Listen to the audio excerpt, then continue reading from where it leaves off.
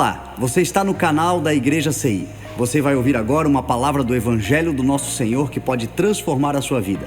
Antes de liberar o vídeo, eu quero pedir para que você se inscreva no nosso canal e compartilhe, para que mais vidas sejam abençoadas. Agora sim, o vídeo será liberado. Que Deus te abençoe.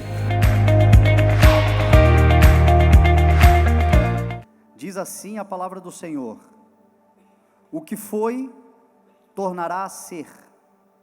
O que foi feito, se fará novamente. Não há nada novo debaixo do sol. Haverá algo de que se possa dizer, veja, isto é novo? Não, já existiu há muito tempo, bem antes da nossa época. Amém?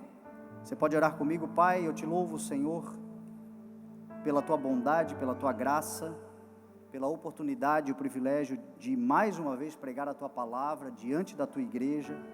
E a minha oração sempre é esta, Senhor: fala com o teu povo, que o teu Espírito Santo na tua multiforme graça toque os corações, que ninguém saia daqui sem compreender a tua palavra, ainda que eu tenha as minhas limitações, mas o teu Espírito pode corrigir, consertar, conciliar, falar de forma autônoma a cada coração. Então aquilo que eu não for capaz de fazer, Senhor, que o teu Espírito faça com a excelência que de ti procede, Senhor. Essa é a minha oração, mas que todos saiam daqui com uma boa semente da tua palavra, para um mês grandioso, poderoso, iluminado pelo entendimento e pela compreensão que há na tua palavra, em nome de Jesus, amém, graças a Deus, amém. Para quem anda comigo, ou me pergunta às vezes, eu costumo dizer que o meu processo de construção de uma mensagem nunca é por transpiração, mas sempre por inspiração. O que eu quero dizer com isto? É que todas as vezes que eu vou pregar a palavra, eu nunca sento decidido pelo que pregar. Eu nunca sento para construir uma mensagem já com uma decisão anterior, tipo, vou falar sobre fé hoje, quero falar sobre fé e aí eu vou estudar sobre fé. Quero falar sobre esperança e eu vou estudar sobre esperança. Não, nunca é assim, é sempre por inspiração. Inspiração tem a ver com de fora para dentro. Transpiração tem a ver com uma decisão interior e aí você age. Inspiração tem a ver com você ser de fato revelado, inspirado, pensado. Não é você que pensa, você é pensado. Então, sempre que eu construo uma mensagem, ou sempre que eu tenho que pregar uma palavra, a minha oração ao Senhor é: Senhor, me inspira. O que tu queres dizer à tua igreja? Qual é a tua vontade para a tua igreja? Qual é a palavra para aquele povo específico que estará lá naquele dia, hora que tu marcaste? Eu entendo que o mensageiro não constrói a mensagem, o mensageiro entrega a mensagem que não é dele, é do rei. Então essa compreensão para mim está muito clara. Então eu sempre prego por inspiração. E dentro disso, tem algumas inspirações que Deus dá que me alegram ainda mais, especialmente quando Ele traz determinados personagens, pessoas que viveram no passado, que está na Bíblia, e que a gente traz uma reflexão sobre aquilo que eles pensaram, escreveram, foram inspirados por Deus também, porque diz a palavra que toda a Escritura é inspirada por Deus. Cerca de 40 pessoas escreveram aquilo que a gente chama de Bíblia Sagrada em determinados tempos, em tempos que nem sempre foram contemporâneos, mas diz a palavra que todos eles foram inspirados. Foram homens que escreveram, mas não escreveram de si mesmos, escreveram daquilo que o Senhor os inspirou a escrever. E dentre tantos, um que me alegra muito é Salomão. Salomão foi um dos homens mais sábios que esta terra já viu, e me alegra não tanto pela sua sabedoria, também pela sua sabedoria, porque você cresce muito lendo o que Salomão escreveu, mas especialmente por perceber o quão fútil nós podemos ser mesmo sendo sábios. Deus mesmo diz na sua palavra que Ele conhece o pensamento dos sábios e sabe como são fúteis. Gente que você olha e diz assim: uau, eu queria ter tempo com essa pessoa, mas Deus sabe que muitas vezes essa pessoa que é tão sábia aos olhos de tantos, na verdade, quando está sozinha, pensando, pensa bobagem também, pensa coisa que não edifica, porque os seres humanos são assim. Mesmo sendo sábio, o que é um dom, é uma dádiva de Deus, é Deus quem dá sabedoria, nós podemos tomar decisões de loucos. Mesmo sendo sábios, nós podemos eventualmente nos tornar insensatos. E Salomão, esse homem sábio, depois de Cristo, que é a fonte da sabedoria, provavelmente é a pessoa mais sábia que já pisou na terra. Diz a palavra que nunca houve antes dele nem depois dele, homem tão sábio e rico como Salomão. Mas esse homem cometeu loucuras, pecados terríveis, porque maior do que a sabedoria ainda é a obediência.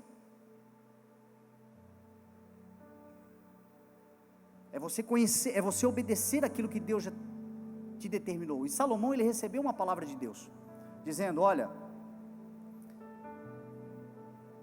não case com mulheres estrangeiras, porque elas vão te desviar. E aí esse cara que tinha essa palavra, diz a palavra que casou com mais ou menos 1000 mulheres. Então você vê aonde esse homem se enfiou, e colheu consequências gravíssimas. E por que eu gosto de refletir sobre Salomão? Eu aprendo com Salomão o que fazer e o que não fazer também, porque existe uma promessa de Deus para nós, de sermos também sábios. Deus quer dar sabedoria para a sua igreja, e a sabedoria é poder, a sabedoria é vida longa, a sabedoria é proteção, a sabedoria desenvolve riqueza. Então, se você quer viver uma vida plena em Cristo Jesus, sabedoria fará parte do pacote. E a palavra diz: Cristo é a fonte de toda a sabedoria.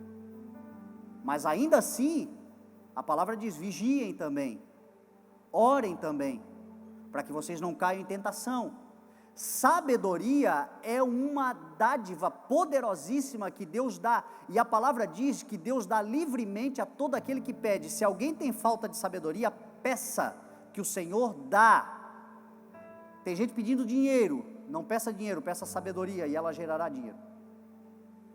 Tem gente pedindo influência, não peça influência, peça sabedoria, e você vai se tornar influente. A palavra fala que um homem sábio, ele é mais poderoso que uma cidade cercada por valentes. Mesmo onde há ouro e riquezas abundantes, a sabedoria ainda é mais valiosa. Só que, cuidado, porque sabedoria pode entorpecer, sabedoria pode envaidecer, sabedoria pode trazer orgulho. E Salomão é, para mim, o arquétipo disso. Eu vou falar muitas vezes hoje a palavra arquétipo, o modelo disso. Salomão é um modelo de alguém sábio, mas que sábio em alguns momentos tornou-se louco. Então ele nos ensina o que fazer e o que não fazer. Mas eu não estou aqui para ficar falando mal de Salomão, eu quero falar bem. E uma das coisas que Salomão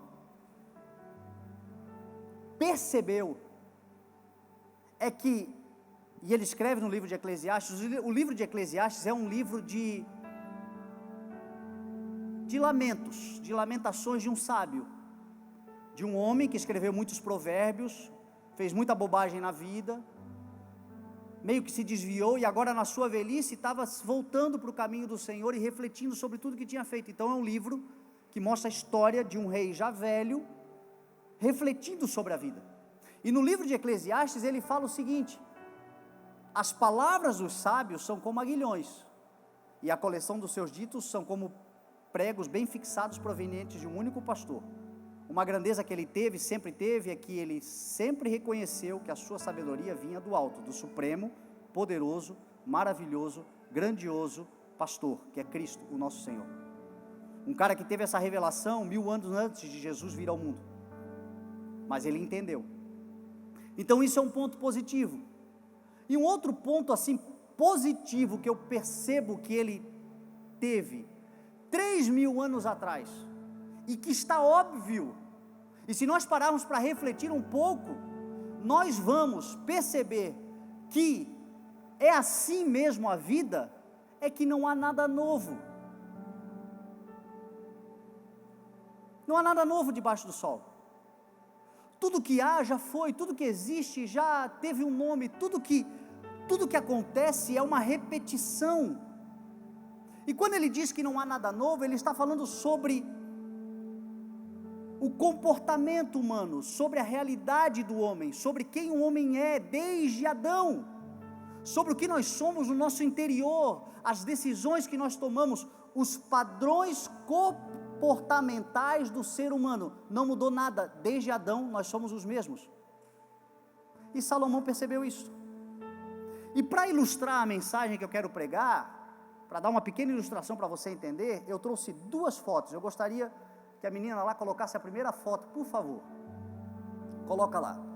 É bom a gente ver uma imagem para ilustrar. Você está vendo essa foto aí? Meados do século 20. Vários homens lendo um jornal. Jornais, né? Vendo, cada um lendo o seu jornal. Aí mostra a segunda foto.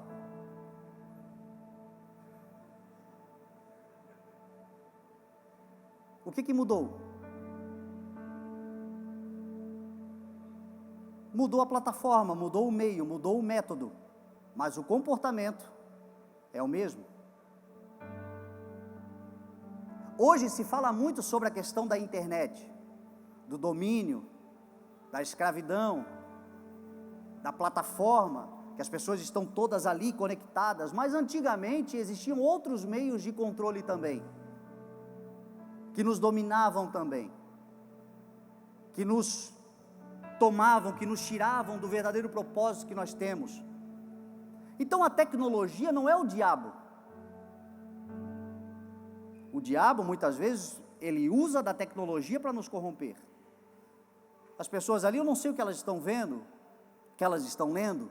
Hoje nós temos, por exemplo, a Bíblia em telefone. Às vezes a pessoa está no telefone, está lendo a palavra de Deus, mas ela também pode estar vendo um site pornográfico. Em meados do século XIX, não tinha sites de pornô, mas tinha revistinhas embaixo da cama,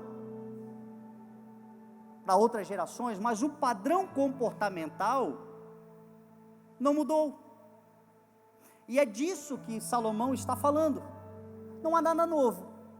Quer entender o ser humano? Olha para o passado. Quer entender para onde nós estamos indo? Olha para o passado. Jesus Cristo falou isso, obviamente, quando disse: os dias que antecedem a minha volta serão semelhantes a dias do passado. Olhem para os dias de Noé, olhem para os dias de Sodoma, de Gomorra, porque estes foram dias que se assemelham aos dias em que antecederão a minha volta. Por quê? Porque o padrão comportamental da sociedade é o mesmo e vai se intensificando. Quando nós quisermos entender para onde nós estamos indo, basta olhar para outras culturas, outras sociedades. Você pega, por exemplo, o Império Babilônio, o Império Romano, grandes culturas e sociedades do passado, o Império Maia, por exemplo, que aqui nas Américas, foram impérios que se auto-sabotaram, se autodestruíram, foram impérios que foram extinguidos, sociedades inteiras que entraram em extinção, e existe um porquê: padrões comportamentais que levaram à extinção, padrões comportamentais que levaram à destruição. O mundo em que a gente vive agora está destinado para o fogo. A sociedade que nós habitamos agora está destinada para a autodestruição e autossabotagem. Por quê? Por causa de padrões comportamentais repetitivos que levam à destruição. E eu gostaria de falar sobre alguns padrões comportamentais que levam você e eu a vivermos uma vida aquém daquilo que o Senhor tem para nós, e se não vigiarmos, nos autodestruiremos. em grande escala, porque a humanidade vai caminhando para esse dia, onde o Senhor se manifestará para salvar os seus, porque mesmo diante da história da humanidade, sempre houve um remanescente que o Senhor protegeu da catástrofe. Olha para Noé, Deus protegeu Noé e resetou a história, reconfigurou a história, fez tudo de novo a partir de Noé. Outros tempos das sociedades mais modernas que se autodestruíram, Deus sempre preservou os justos, pessoas que vivendo no meio de um mundo corrompido não se corromperam, e Deus os protegeu. Por quê? Porque eles não seguiram o padrão comportamental de autodestruição que o mundo havia escolhido daquela época. Romanos 12, 2 vai dizer: não se amoldem ao padrão deste mundo. Por quê? Porque o padrão deste mundo é autodestruição, mas transformem-se pela renovação da vossa mente, para que sejam capazes de experimentar e comprovar qual é a boa, agradável e perfeita vontade de Deus. Então existe um padrão comportamental de autodestruição, como também existe um padrão comportamental que leva à justiça e à vida. A gente quer mágica, a gente quer misticismo, a gente quer porções gospel, e Deus quer processo, e Deus quer transformação, e Deus quer um padrão comportamental que leve o mundo a reconhecer: é a igreja de Jesus. Padrões. Você quer um padrão comportamental que leva à destruição? Corrupção. A palavra diz assim, que nos dias de Noé, o coração do homem estava perverso, sempre e somente inclinado para o mal. A perversidade aqui é a corrupção. É um tempo onde nós vamos ver o certo sendo tratado como errado, o errado sendo tratado como certo, e o certo sendo tratado como retrógrado. É um tempo que, para aqueles que vivem de certa forma valores de uma cultura ainda judaico-cristã, que gente que talvez nunca teve uma cultura de servir a Deus numa igreja, mas como nós somos um país formado sobre valores judaicos cristãos, nós ainda carregamos valores dos nossos avós, dos nossos bisavós, que a gente nem sabe que está na Bíblia, mas é bíblico, e que hoje estão sendo corrompidos, e que a gente fica olhando e dizendo assim: meu Deus, será que ninguém está percebendo? Nós estamos vivendo num tempo onde a lua está latindo para o cachorro, o certo tratado como o errado, e a gente fica indignado, escandalizado, mas é porque ainda temos valores que nos direcionam, nos norteiam. Temos um padrão comportamental familiar, para aqueles que têm consciência ainda de evangelho e conhecem a palavra, essa régua aumenta, e aí a angústia também aumenta. Diz a palavra que Ló, no meio de Sodoma, vivia numa alma angustiada, porque ele sabia o que era certo, mas aquele povo havia corrompido a verdade, suprimido a verdade, porque a verdade não se corrompe, não se pode nada contra a verdade, mas a verdade é que suprimiam a verdade. E nós vivemos um tempo, será que não estamos caminhando para esse lugar? A corrupção está aí, mas tem gente que já nem se indigna mais com ela. É assim mesmo. De verdade, a corrupção está aí, é assim mesmo. Mas o ser assim mesmo não significa que eu tenho que me tornar corrupto. Não significa que se todo mundo está fazendo, eu vou fazer também. Porque se eu entrar nesta barca furada, eu vou me autodestruir e me autossabotar. Então a corrupção é um padrão comportamental. Hoje o mundo é corrompido, e nós, inclusive lá fora e até dentro do Brasil, temos uma frase dizendo: o jeitinho brasileiro. E às vezes a gente dá o nosso jeitinho brasileiro, e a gente dá aquilo ali e tal, e a gente não percebe que a gente vai corrompendo aqui, corrompendo ali, dando margem aqui, dando margem ali, cedendo aqui, cedendo ali, até o ponto de a gente olhar e não se reconhecer mais, e estar completamente corrompido, porque a corrupção é um padrão comportamental de um mundo que está caminhando para a destruição. Os dias de Noé e o dilúvio aconteceu, porque o coração do homem estava sempre e somente, e nós estamos vendo isso acontecendo, está se intensificando a corrupção, está se intensificando a injustiça, e a falta de controle e de repressão contra a corrupção, ao ponto de um monte de gente cruzar o braço e dizer, não, é assim mesmo, então já que a farinha é pouco, o meu pirão primeiro. Não faça isso, porque esse padrão comportamental vai destruir a tua vida. Mantenha-se firme no Senhor. Fala-se muito de Sodoma e Gomorra, que foi uma cidade destruída pelo fogo, e que é um arquétipo, como eu estou te falando, um modelo de destruição, do mundo em que nós veremos, quando o grande dia do Senhor se manifestar, Deus tirará, diz a palavra, tirará o seu povo, protegerá o seu povo e virá com fogo. Então Sodoma e Gomorra é um arquétipo, do que é uma sociedade com um padrão comportamental destrutivo, de autossabotagem. Ezequiel capítulo 16, verso 49 e 50, explica o que foi Sodoma. Deus falou para Ezequiel o que foi Sodoma. Se puder colocar aí, coloca aí por favor, Ezequiel, deixa na tela, para que a gente possa ver ali. Ezequiel capítulo 16, verso 49 e 50, a Bíblia vai dizer assim, que Sodoma e suas filhas eram abençoadas pelo Senhor, tinham tudo pelo Senhor, mas elas se tornaram arrogantes.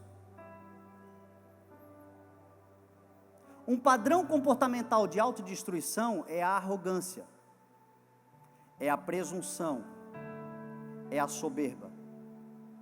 O texto vai dizer que elas eram ricas, tinham fartura de comida, mas viviam despreocupadas, porque não se importavam com o pobre e com o necessitado, eram altivas e praticavam atos repugnantes diante do Senhor, e diz o texto que o Senhor se livrou de Sodoma. O que nós estamos vendo ali? Um padrão comportamental de autodestruição. O juízo de Deus veio, porque Sodoma escolheu um padrão comportamental de autodestruição. Os homens sem Deus sendo homens, e os homens sem Deus se autodestruindo. Pode tirar ali o texto. Então o que diz a palavra? Arrogância. Provérbios vai dizer que o orgulho do homem o abaterá. Tiago vai dizer que Deus se opõe aos orgulhosos, mas concede graça aos humildes. Isaías vai dizer no capítulo 2 que Deus tem um dia preparado para lidar com todos os orgulhosos, e que a arrogância do homem será abatida. Isaías capítulo 2.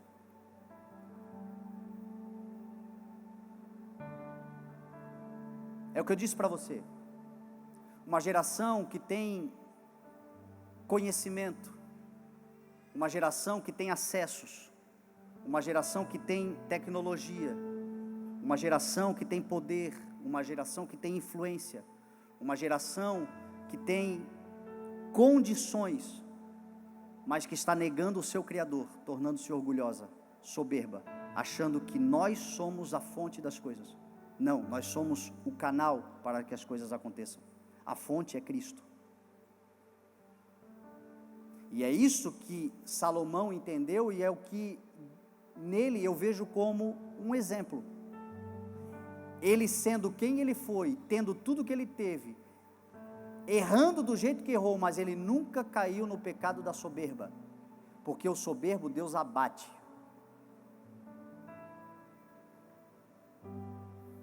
O soberbo cai para nunca mais se levantar. O humilde cai 7 vezes, em todas o Senhor o levantará. Então ele sempre reconheceu dizendo: todas as coleções dos meus ditos são provenientes de um único pastor. Eu falo, mas não falo de mim mesmo. Romanos 1 vai dizer que o homem, por adorar a criação, desprezou o Criador. O homem se entorpeceu com todos os acessos, todo o conhecimento e tornou-se orgulhoso, vaidoso, soberbo ao ponto de achar que a vida dele depende dele. Não, nem um minuto daqui para frente a gente tem controle. Tudo depende do Senhor, tudo é graça do Senhor, tudo é favor de Deus. Quer arrumar confusão com Deus, deixa a soberba entrar no coração. A Bíblia diz que Deus se opõe. Você consegue imaginar Deus contra você? Aquele que tem as águas do oceano na concha da sua mão? Te joga ali, você já morre afogado na hora. O que traz oposição de Deus é soberba, é orgulho. O mundo ensina você a ser assim. O mundo glorifica quem se vangloria. Guarda isso. O mundo glorifica quem se vangloria. Olha o que o mundo ensina. Olha o que você está vendo nos programas de entretenimento. Quanto mais vanglória de si mesmo, mais glorificação do povo. Autodestruição. Padrão comportamental de autodestruição. Uma cidade rica, proeminente, um povo e uma cultura que tinha fartura de comida, mas viviam despreocupados, sem se interessar pelo pobre e pelo necessitado. Só para te dar alguns dados, o Brasil hoje desperdiça cerca de 41 mil toneladas de alimentos por dia, cerca de 27 milhões de toneladas por ano. O mundo desperdiça cerca de 1/3 de toda a produção de alimento mundial, cerca de 1,3 bilhão de toneladas por ano. Me responde uma coisa: o problema da fome mundial é produção ou distribuição? Tem gente que diz assim: se Deus existe, por que tem tanta gente passando fome? A parte de Deus, Deus faz. Ele faz com que a semente germine sobre a terra. Ele manda a chuva no tempo certo. O homem é que é injusto. O homem é que não se preocupa. O homem é que não se interessa. E esse interesse não vem de questões políticos partidárias, não vem de nenhum programa de governo. Isso deveria partir do ser humano como um todo. Todo mundo. Nós temos aqui na igreja, como eu falei para você, um projeto social que alimenta cerca de 1.000 famílias todos os meses. 1.000 pessoas todos os meses, incluindo famílias. Muita gente se orgulha desse projeto. Muita gente tem um orgulho de dizer: eu congrego lá no CI porque o CI cuida de gente. Mas você sabia que 80% desse projeto é mantido por uma pessoa? 80% do projeto é mantido por uma pessoa. Se todos nós que reconhecemos que temos fartura de comida dentro de casa, todos nós tivéssemos a lembrança de comprar um sacolãozinho por mês, um sacolão, e trazer na igreja ou levar numa comunidade carente, ou uma pessoa que você sabe que precisa de comida, de todos aqueles que reconhecem a fartura, se lembrassem, eu creio que nós no mínimo quadruplicaríamos o trabalho social que a gente faz dentro dessa igreja. Por quê? Porque a gente tem fartura, e às vezes a gente está reclamando da louça suja, da desorganização da cozinha, da bagunça que criamos, mas nós esquecemos que tem comida sobre a mesa. A gente tem fartura, e na nossa fartura a gente não está nem aí para a hora do Brasil e não se preocupa. A gente se esquece, e às vezes não é por maldade, é exatamente porque se esquece, mas Deus está dizendo: esse é um padrão comportamental de autodestruição. Porque o problema da fome na humanidade não é questão de produção, é questão de distribuição. E a responsabilidade de matar a fome da humanidade não é nem do mundo, é da igreja. Jesus disse assim: não se preocupem quanto ao que comer, não se preocupem quanto ao que beber, Não se preocupem quanto ao que vestir, porque essas necessidades básicas, eu sei que vocês precisam delas, e eu suprirei. Quem é o corpo de Jesus na igreja, no mundo? Por que você acha que Deus está nos dando fartura? Para que a gente tenha uma consciência, um padrão comportamental que gere vida e vida em abundância, que nós sejamos vasos que recebem, mas que transbordam em nome de Jesus. Existe um mundo nem aí para a necessidade humana, e é esta negligência que está levando o mundo para uma autodestruição. Altivez. O orgulho e a altivez, a soberba e a altivez são parecidos, mas tem um fator aqui determinante que faz a diferença. O orgulho é a pessoa que olha para si e pensa: eu sou bom. Eu sou bom. O altivo é aquele que olha para si e diz assim: além de ser bom, eu sou melhor do que todo mundo. Além de ser bom, eu sou melhor do que os outros. E tem muita gente achando-se melhor do que os outros, preparando tocaia para os outros, roubando lugares que não lhe pertencem, desejando aquilo que não lhe foi dado, quando Deus tem um pedaço de terra para cada um, quando a bênção do Senhor enriquece e com ela Ele não acrescenta dores. Eu sempre falo isso: o Senhor, para fazer a sua vida ser transformada, te abençoar de uma forma como você nunca foi abençoado antes, Ele não precisa de estragar a vida de ninguém. É um padrão comportamental que leva à autodestruição. E aí Deus diz assim: tem mais. Eles, diante de mim, realizaram práticas, fizeram práticas repugnantes. E a gente sabe quais são: idolatria e imoralidade sexual. Um padrão comportamental atual que vai levar a sociedade, a humanidade à autodestruição. Idolatria, o que é? É o personal God, é um Deus para cada um.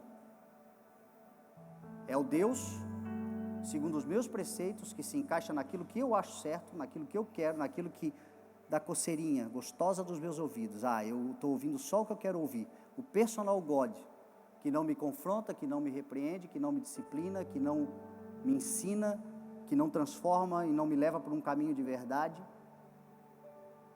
E aí nós vivemos um mundo onde vários caminhos levam a Deus. Procure o que te agrada e vá viver. Só existe uma verdade, só existe um caminho, só existe uma vida, e essa vida está em Cristo Jesus, o nosso Senhor. Ele é o único.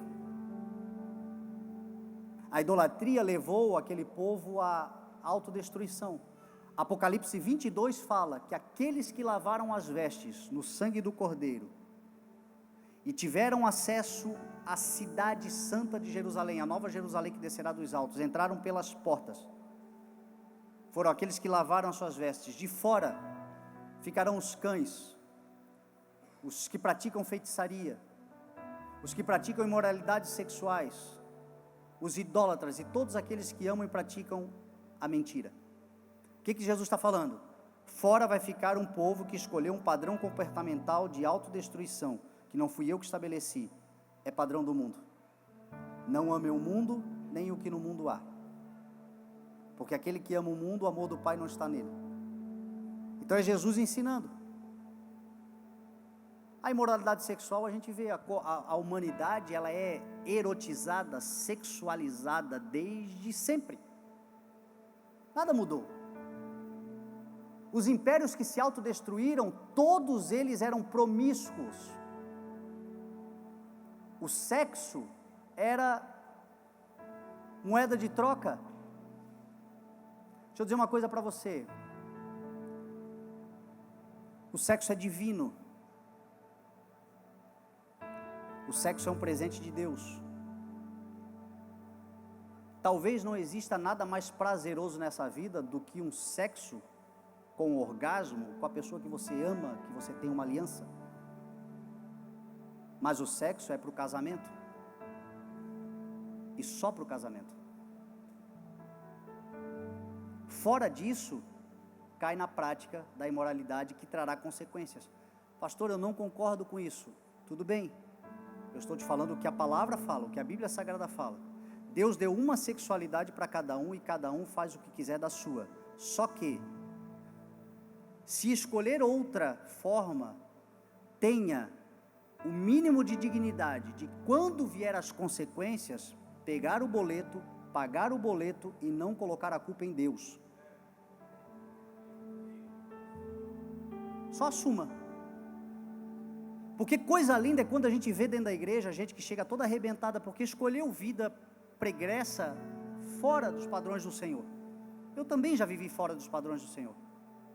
E as consequências foram altas. E Deus pega, Deus restaura, Deus transforma, Deus é misericordioso, Deus faz tudo novo, Deus dá uma nova vida, e você vive uma nova vida sem culpa. Glória a Deus quando a gente encontra alguém que reconhece a vida pregressa e agora quer fazer do jeito do Senhor, e Deus dá uma nova oportunidade. Agora dá vontade de dar uma bicuda, quando eu encontro gente que chega diante das suas inconsequências e das consequências da sua insensatez, e ainda culpa a Deus, dizendo, eu não sei onde é que Deus estava que não viu. Se Deus existe, por que deixou eu passar por essas coisas? Deus fala na sua palavra, a sua palavra está escrita, a sua palavra está revelada, a sua palavra é para todos. É a nossa insensatez que nos provoca a ruína, mas o nosso coração ainda se volta contra o Senhor. Então todos nós temos autonomia para escolher a vida que quisermos viver. Glória a Deus pela sua misericórdia que se renova a cada dia. Agora, se vier consequência, tenha a dignidade de dizer, o boleto é meu. Deus tenha misericórdia de mim, mas eu não te culpo por nada. Porque tem gente transferindo para Deus a responsabilidade das suas más escolhas, por causa de um padrão comportamental que está lhe levando à autodestruição. Você está aí, não? O povo está quieto. Agora, se existem padrões comportamentais que levam à autodestruição, obviamente que existem padrões comportamentais que preservam a vida. Padrões comportamentais que levam você a viver a justiça, a retidão, o reino de Deus, viver de uma forma aonde você vai usufruir de tudo aquilo que o Senhor tem preparado para você em nome de Jesus. Então começa com um processo de transformação de mente, um novo padrão, uma nova forma de viver. As coisas velhas ficam para trás e eis que tudo se faz novo. Nós somos ensinados a nos despir do velho homem que se corrompem com seus desejos enganosos e a nos revestir de um novo homem criado para ser a imagem e semelhança do seu Criador. Não é mágica, é padrão, é comportamento. Um padrão comportamental que vai levar você a desfrutar de coisas grandiosas. Ande com Deus. Anda com Deus. Faça aquela oração assim, ó, Deus, mesmo que tu não queira andar comigo, eu vou andar contigo. Ainda que tu não queira, eu vou te seguir.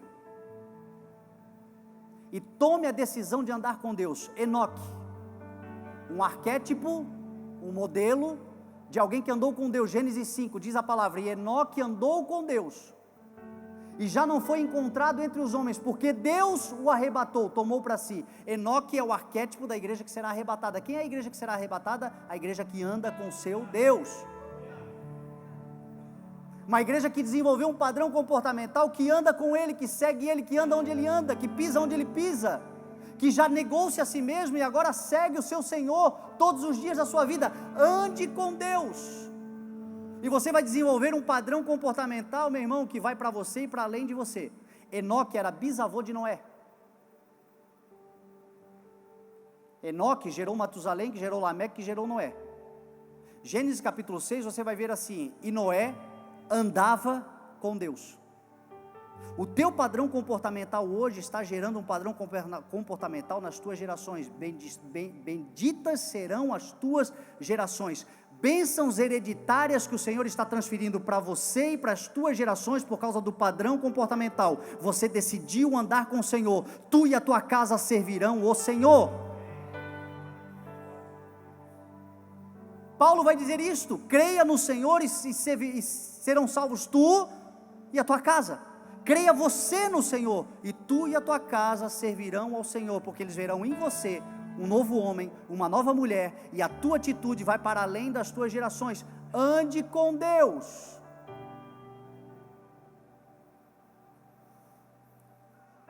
Como é que a gente anda com Deus? Com perseverança. Só consegue andar com Deus quem é perseverante. Jesus disse: aquele que perseverar até o fim. Sabe o que é perseverança? É você preservar o padrão de Deus que Ele estabeleceu sobre a sua vida, a vontade que Deus estabeleceu para você, a promessa que Deus tem para a sua vida, apesar das tribulações, das decepções, até mesmo das tragédias da vida, manter-se em aliança com o teu Cristo. Isso é perseverança. Jesus, a gente fala muito das promessas que Jesus fez para nós, mas nós esquecemos de promessas que não são tão legais assim. Jesus disse assim: vocês serão odiados por todos por causa do meu nome. Ele falou, e assim é. Tem gente que nos odeia de graça, tem gente que nos odeia sem motivo, tem gente que persegue, tem gente que não acredita, tem gente que ri, debocha, só porque a gente serve a Deus. Mas o que Jesus falou? Aquele que perseverar até o fim será salvo. Vocês serão odiados, mas aquele que perseverar será salvo. Ah, não gostaram de mim, não me deram paz do Senhor, passou por mim, não cumprimentou. Aí você vai largar então? Você vai sair do lugar que Deus te estabeleceu, você vai deixar o que Deus colocou na tua mão, você vai abandonar, você vai viver esse padrão comportamental de desistência. Olha outra promessa do Senhor: por causa do aumento da maldade, o amor de muitos se esfriará. Mas aquele que perseverar até o fim, será salvo. O mundo está mal mesmo, as pessoas estão más. Tem gente que é má de perversa e tem gente que está má porque já fizeram tanta coisa que já lhe amarguraram. As pessoas não estão legais. Cuidado nos relacionamentos, que as pessoas estão desequilibradas. Mas você tomou uma decisão de andar com o Senhor, e você vai perseverar na fé, na confiança, e você vai vencer em nome de Jesus. Eu posso dizer para você que eu sei o que é traição. Eu já fui traído. Mas o Senhor me disse: persevere. Eu sei o que é falência, eu já fali. Mas o Senhor me disse: persevere. Eu sei o que é decepção, eu já me decepcionei tantas vezes. Mas o Senhor me disse: persevere. E provavelmente eu não sei metade das coisas que você passa na sua vida, mas eu sei quem sabe. E quem sabe diz para você: persevere. E você será salvo. Quer andar com Deus? Decida andar com Ele e não olhe mais para trás. Persevere, porque aquele que perseverar até o fim será salvo. É um padrão comportamental. Você quer um outro padrão? Abraão, um arquétipo daqueles que têm intimidade com Deus. Diz a palavra assim: Abraão creu em Deus e isso lhe foi imputado como justiça, e por isso ele foi chamado de amigo de Deus. Seja amigo de Deus. Como é que eu sou amigo de Deus? Crendo e obedecendo. É um padrão comportamental. Crendo no Senhor e obedecendo aquilo que Ele me instrui. É uma decisão que a gente toma. Jesus disse assim: vocês serão meus amigos, em João 15, se vocês fizerem o que lhes ordeno. Meu irmão, quem tem amigo aqui importante? Quem tem amigo aqui famoso? Quem tem amigo aqui influente? Quem tem amigo aqui com uma certa... Essa amizade não te favorece às vezes? Não porque você é interesseiro, mas porque ser amigo de pessoas influentes não nos favorece muitas vezes? Não nos dá entradas a determinados lugares, não nos ajuda em determinadas situações, não abre portas. Relacionamento não cria conexões, e é tudo por questões de amizade. Quanto mais você ser amigo daquele que criou todas as coisas e que governa e tem controle sobre todas as coisas. Gente que Deus olha e diz assim: é meu amigo. Abre a porta porque é meu amigo. Recebe porque é meu amigo. Favorece porque é meu amigo. Quem é amigo de Deus? Quem crê. E crendo, daquilo que já conhece sobre a vontade do seu Senhor, obedece. Este é amigo. Ruth e Esther são arquétipos da igreja que governará com Cristo. E em Ruth nós vemos um padrão comportamental de lealdade e gratidão. Lealdade e gratidão leva à prosperidade, meu irmão. Ruth era uma moabita, que por causa da sua lealdade a Noemi, que é o símbolo do Espírito Santo, Noemi que lhe ensinou verdades, Noemi que lhe ensinou sobre a casa de pão, Noemi que lhe ensinou sobre o seu Deus, Noemi que intercedeu por ela, Noemi que lhe auxiliou, é o papel do Espírito Santo em nós, por causa daquilo que ela experimentou do Espírito Santo de Deus, que é o mesmo que estava com Noemi, com Ruth, está aqui hoje com você, e andando no nosso meio, por causa da experiência ela disse, quer saber de uma coisa, eu vou com você, o teu Deus será o meu Deus, aonde tu fores eu irei, a tua vida será a minha vida, e isto lhe levou a conhecer Boaz. Gerou Obed, que gerou Jessé, que gerou Davi. Ruth tornou-se árvore genealógica de Jesus Cristo, porque lealdade e gratidão produz prosperidade. Esther é o arquétipo de uma igreja que governará com Cristo, através da sua sabedoria e da sua coragem. O que eu falei para você no início da mensagem? Deus quer dar sabedoria para a sua igreja. E a palavra diz que o espírito que Ele nos deu não é espírito de covardia, mas espírito de coragem, de ousadia, de poder e de equilíbrio. Padrões comportamentais que nos levam a viver uma vida de justiça, integridade e usufruto de toda a plenitude do Senhor. Sobretudo, o principal modelo de um padrão comportamental de vida abundante, quem é? Jesus, o nosso Senhor. Quando você não souber o que fazer, pergunte-se, como Jesus faria? Quando você não souber o que dizer, pergunte-se, o que Jesus falaria? Quando você não souber para onde você está indo, pergunte-se, aonde o Senhor está? Estas respostas nos conduzirão a um lugar de plenitude e desenvolverão em nós um padrão comportamental segundo o nosso Senhor. 1 João 2,15 diz assim, aquele que afirma estar nele, deve andar como ele andou. Essa é a igreja. Esse é o corpo de Cristo. Este é o padrão comportamental que quando as coisas acontecerem, porque elas são inevitáveis, tu e a tua casa estarão protegidos. Tu e as tuas gerações estarão protegidos, porque nós não nos corrompemos com o mundo, mas acreditamos na palavra do Senhor e resolvemos andar com o Senhor. Para alguns que aqui estão, Jesus é um caminho novo.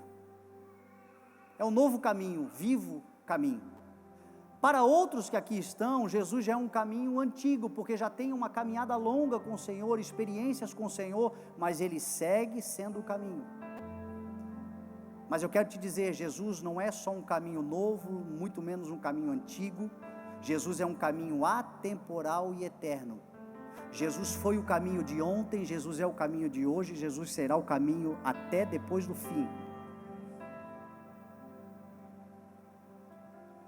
Sábios do passado compreenderam que não tem nada novo, que a humanidade de tempos em tempos caminha para a autodestruição, mas sempre haverá um remanescente, que o Senhor protegerá, porque no meio de uma sociedade assim, resolveu caminhar, andar com o seu Senhor, seguir os padrões comportamentais da palavra de Deus, que é a nossa bússola, o nosso manual, o manual da criação do ser humano, o que o ser humano tem que ser, para chegar nesse lugar eterno, onde não haverá mais choro, mais lamento, onde nós viveremos de fato o governo de Cristo sobre a nossa vida e governaremos com Ele, está aqui.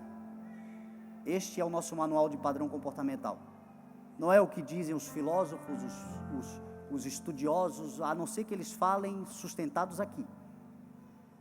Mas qualquer coisa que corrompa isso aqui, fique com isso aqui, porque isso aqui vai proteger tu e a tua casa. E nós como igreja, um dia, hoje nós estamos aqui celebrando uma ceia, em memória de Jesus. Diz a palavra que um dia nós estaremos celebrando uma ceia, onde Ele nos colocará na mesa e nos servirá. Eu creio nisso, você crê em nome de Jesus? É essa convicção de uma salvação que é pela graça, não é por mérito. Mas esta salvação se tornou uma instrutora que me leva a ter novos padrões de vida. E estes padrões comportamentais me levam a glorificar o nome do meu Senhor. E é onde as pessoas olham para você, para mim e dizem: eu conheci, já não reconheço mais. Sei o que foi, e o que foi não era bom, e agora eu reconheço que o que é para a glória do Senhor. É isto que muda a nossa vida, e é isto que muda a história da nossa família, e é isto que vai mudar a tua história nessa sociedade, em nome de Jesus. Você crê nessa palavra em nome de Jesus?